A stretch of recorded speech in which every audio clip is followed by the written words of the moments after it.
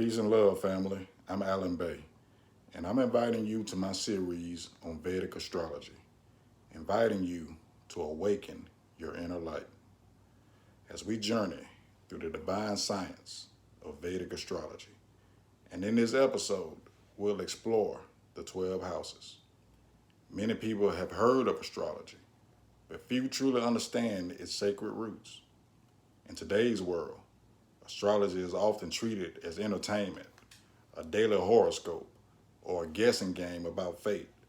But what most people call astrology in the West is only a reflection, an echo of a much older and deeper science that was born in the East, i.e., Egypt and Mesopotamia. Vedic astrology, or Yotish, the science of light, is the original system. It's not merely about prediction, it's about illumination. It reveals the blueprint of the soul, the map of your karma, and the path to balance and healing.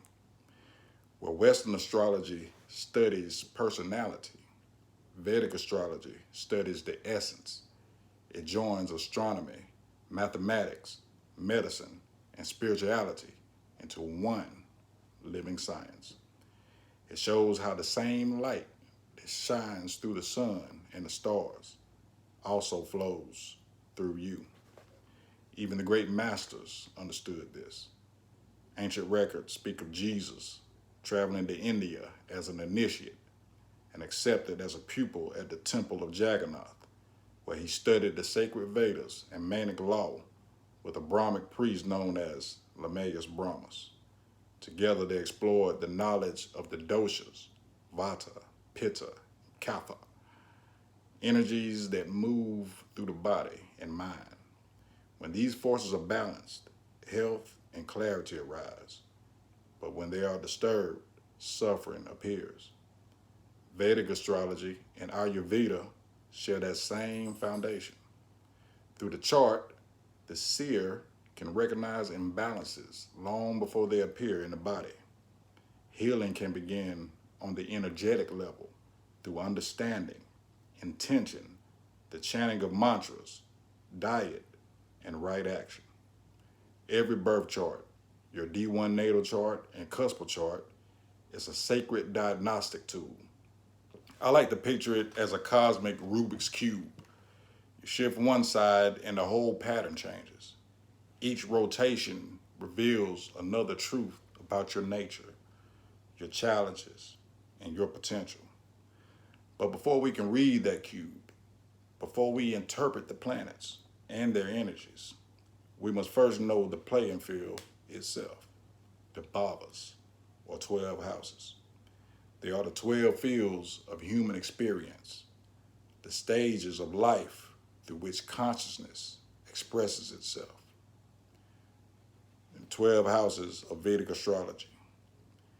In the first house, the Lagna or ascendant house, is the house of self, also known in Sanskrit as the Tanu Bhava. Is the rising sign, your body, vitality, and how the world sees you. It's the dawn of identity and the mirror of your soul. This house is very important because your ascendant sign is the first zodiac sign seen above the horizon at the time of your birth and sets the stage and shows what area of life you'll mostly be involved in.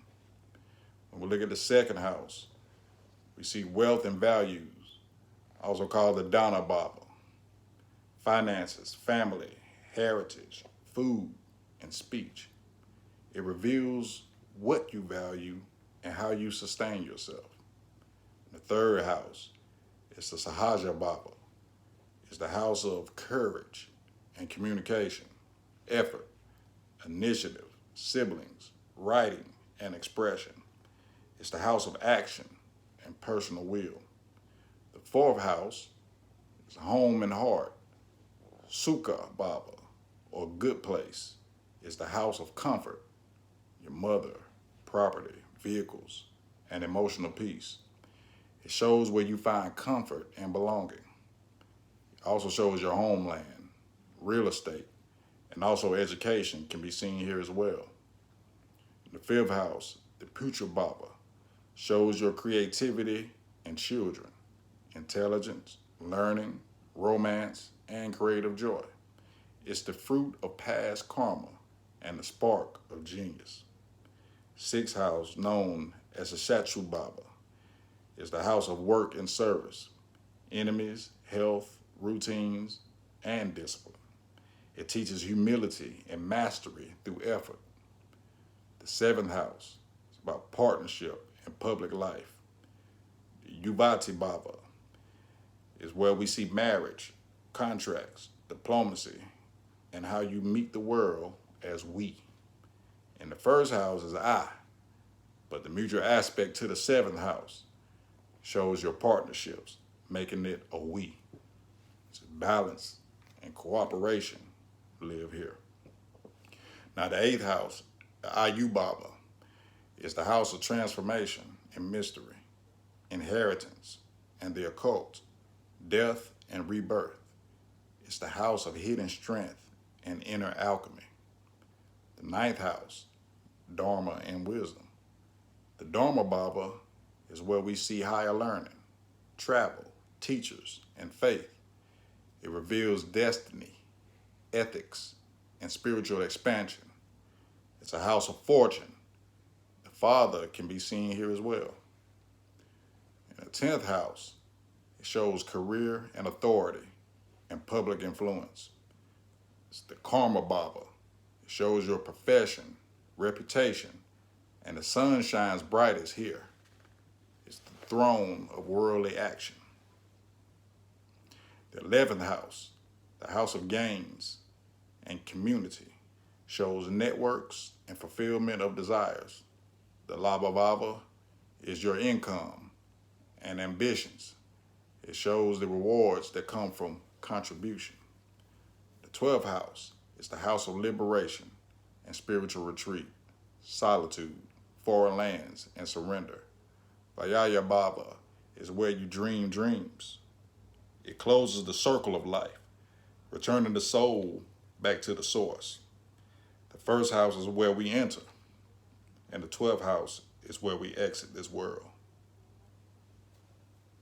In closing, the 12 houses form the sacred wheel of existence, from birth to liberation, from I am to I am that.